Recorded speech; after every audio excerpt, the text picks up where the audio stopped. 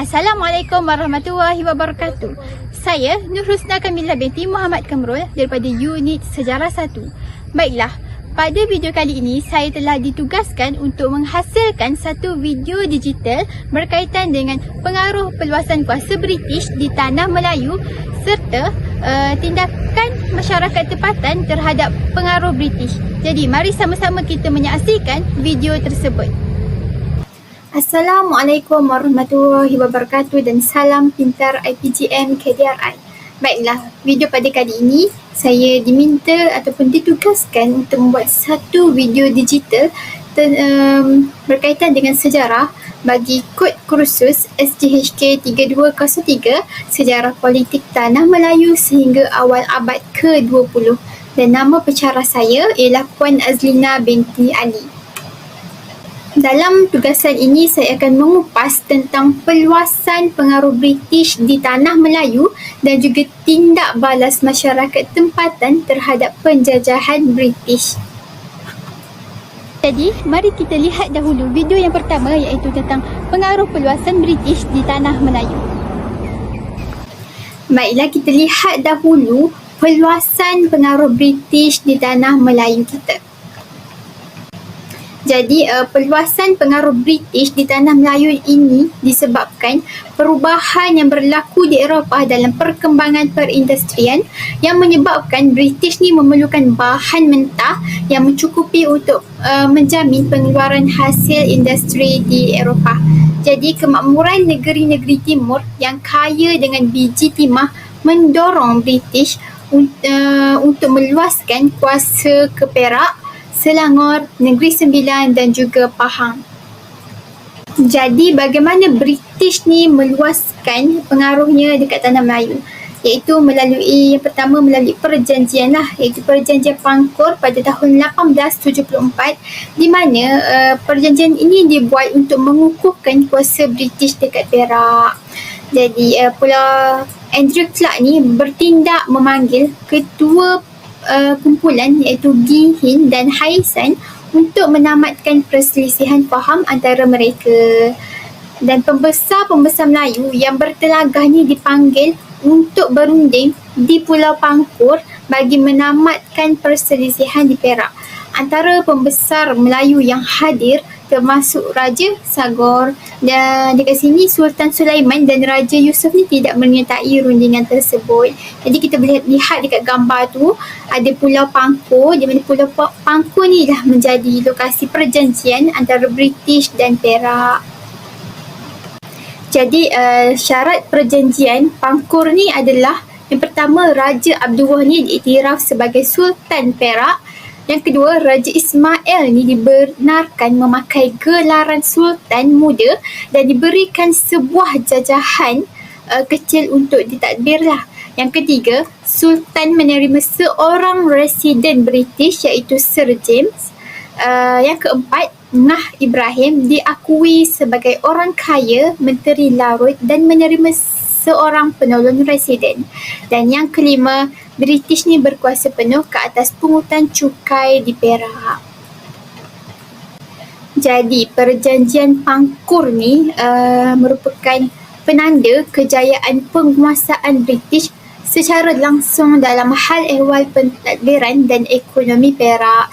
Jadi perjanjian tersebut menjadi titik peralihan kepada British bagi perjanjian seterusnya dengan pemerintahan negeri Melayu yang lain.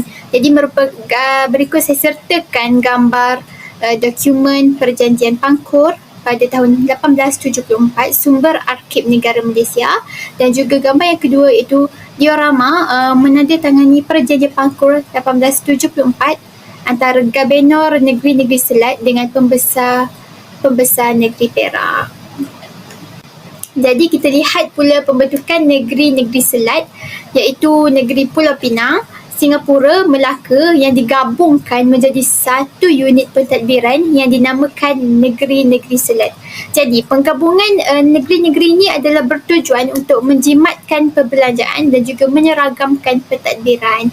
Jadi kita boleh lihat pada dekat sebelah ni ada peta yang menandakan negeri Pulau Pinang, Melaka dan juga Singapura.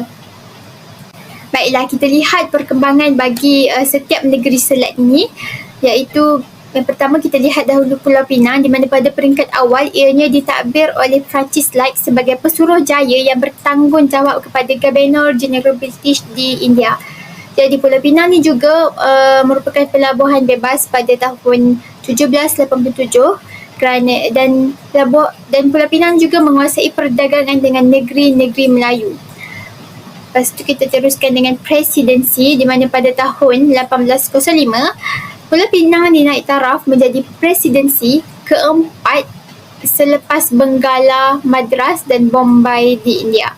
Jadi Governor bagi Pulau Pinang ni, seorang Governor ni dilantik sebagai ketua pentadbir bagi Pulau Pinang. Seterusnya kita pergi kepada Singapura pula, di mana Singapura ni ditadbir oleh residen yang bertanggungjawab kepada Lieutenant Governor British di Bangkahulu, iaitu Sumatera.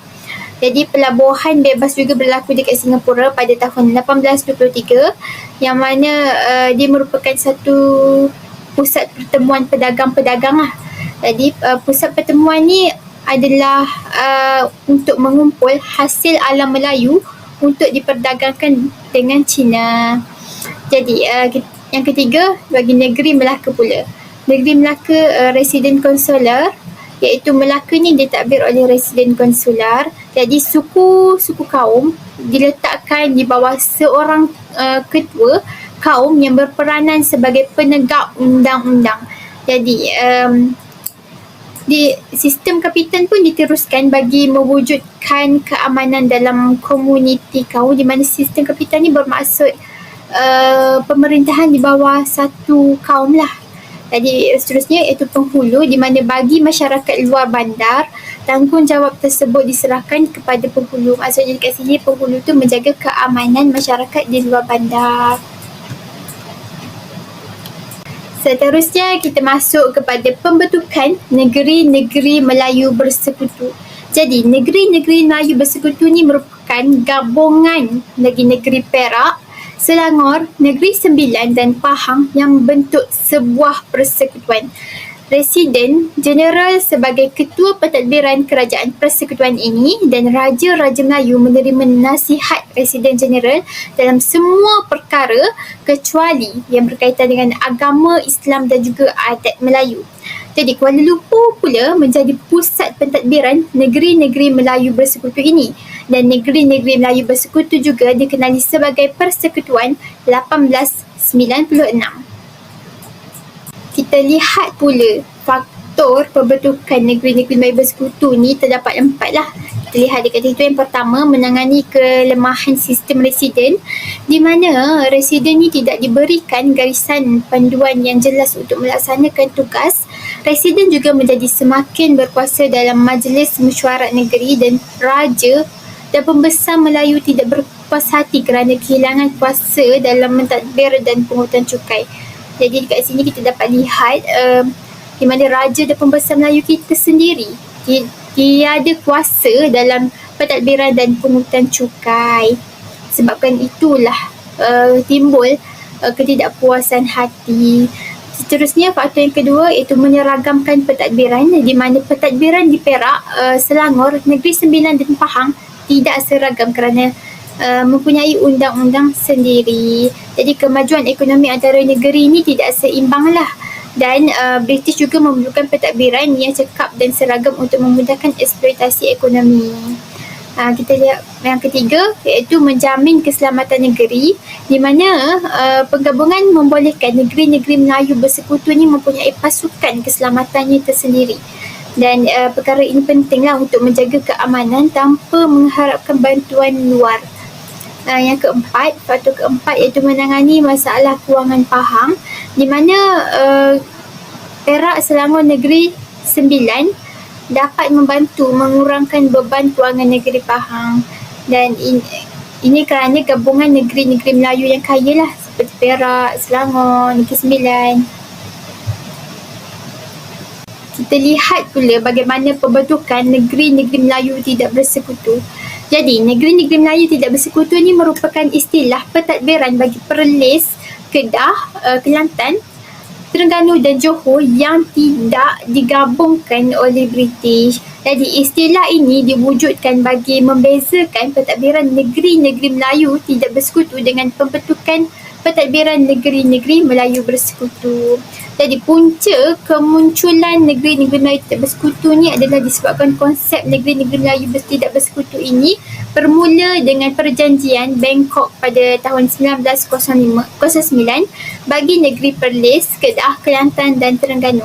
Manakala bagi Johor pula adalah melalui perjanjian yang ditandatangani pada 12 Mei 1914 antara Sir Arthur Henderson yang iaitu Gubernur Negeri-Negeri Selat dengan Sultan Ibrahim. Jadi dekat sebelah ni di gambar kita boleh tengok dekat mana kawasan negeri-negeri Melayu tidak bersekutu ini. Kita lihat latar belakang bagi negeri NNMTB. Ianya bersifat longgar, tidak ditadbir sebagai satu unit pentadbiran tunggal lah.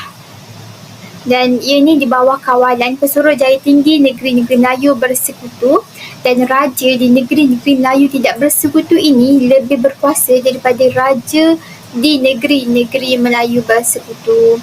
Dan kedudukan kekal sebagai negeri Melayu Bersekutu ini merupakan pemerintahan beraja yang bebas dan mempunyai kuasa autonomi.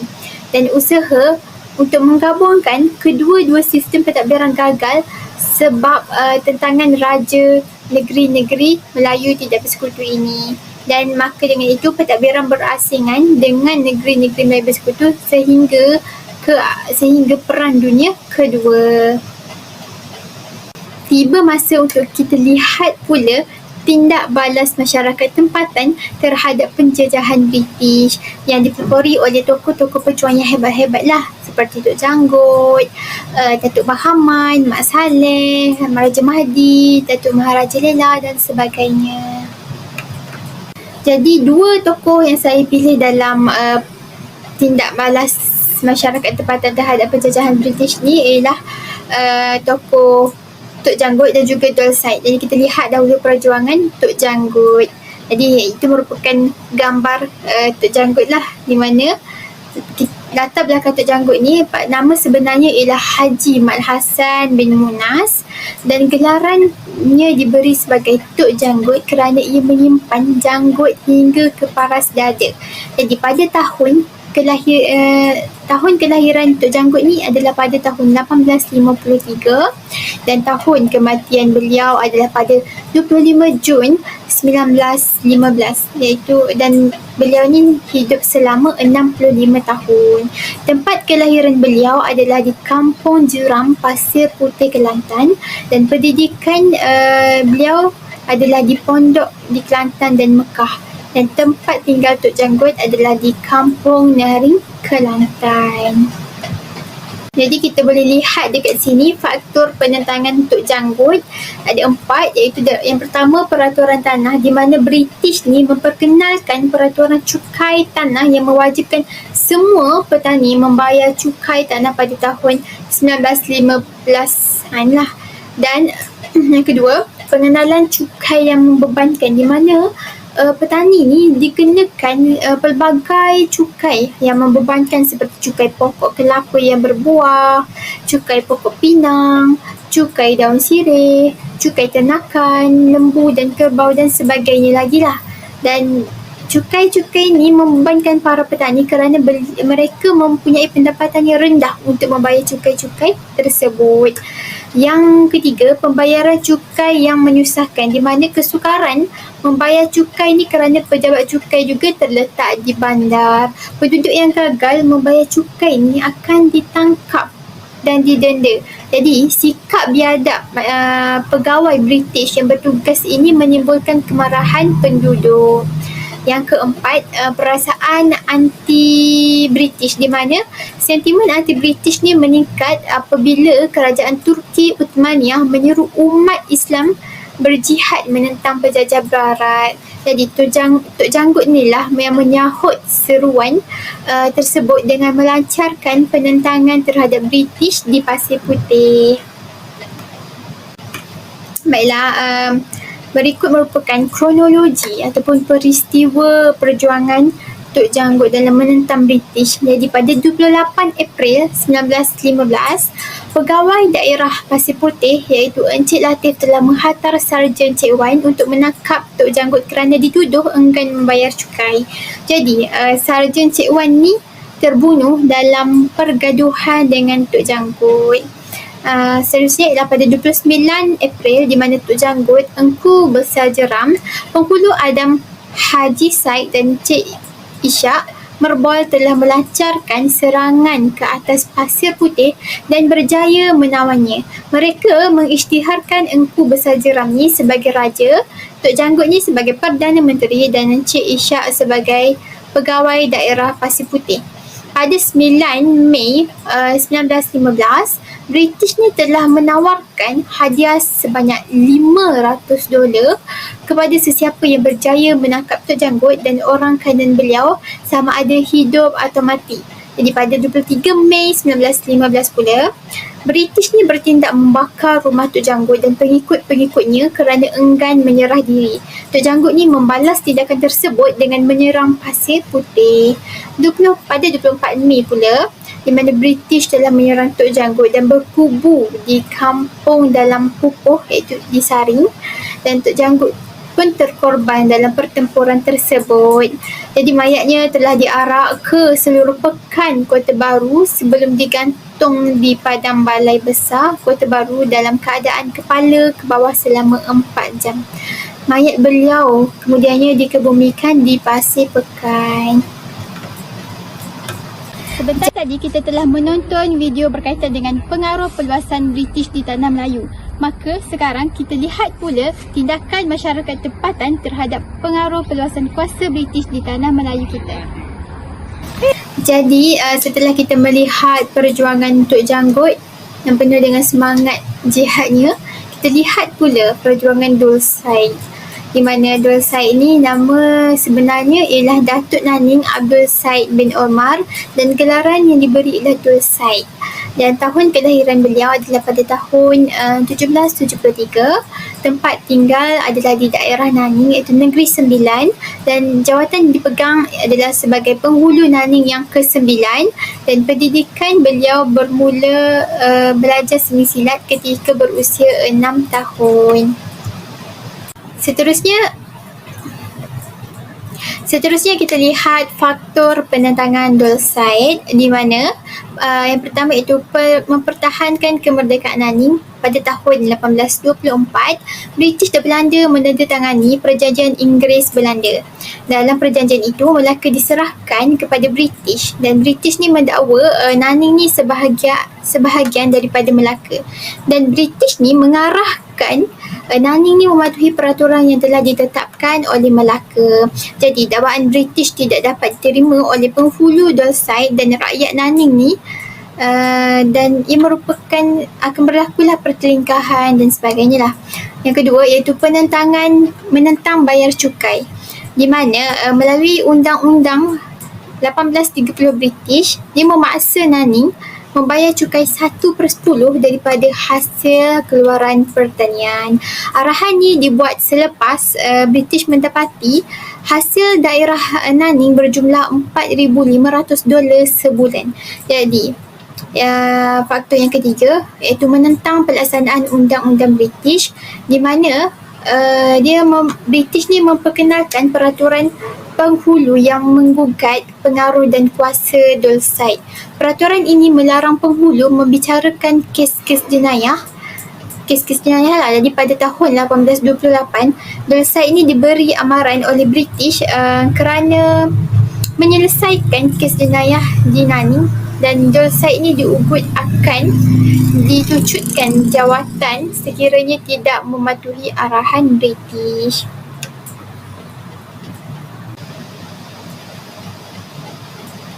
Berikut merupakan peristiwa atau kronologi penentangan Dul Said terhadap British. Jadi, pada tarikh 15 Julai 1831, British ni mengisytiharkan Dul Said sebagai penderhaka, di mana British ni menghantar seramai 150 orang sepoi yang diketuai oleh Kapten Willie untuk menyerang Dul Said. Jadi British ni berjaya ditewaskan oleh dua Said kerana menggunakan taktik perang gerila dan mendapat bantuan daripada Seri Menanti iaitu Sungai Ujong, Johor dan Muar.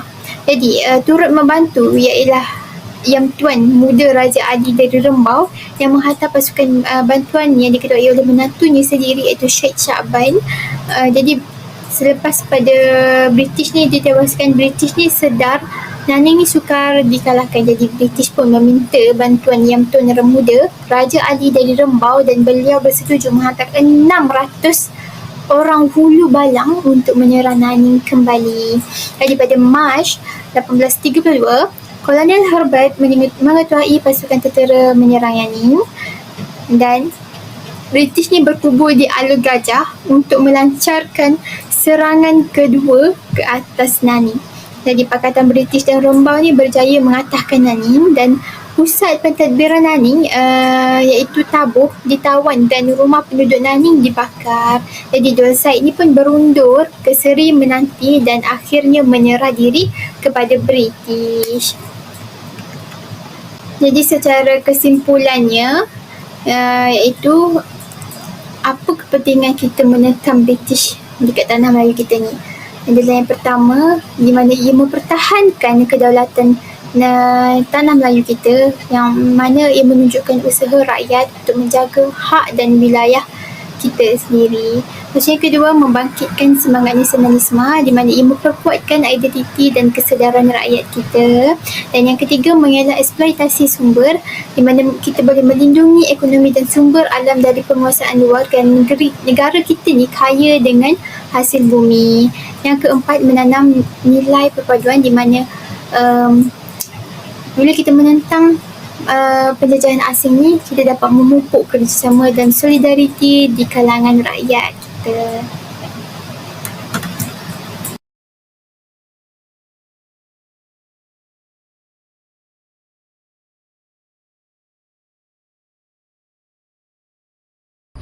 Sekian sahaja daripada saya. Semoga ilmu yang dikongsikan ini bermanfaat untuk semua. Terima kasih.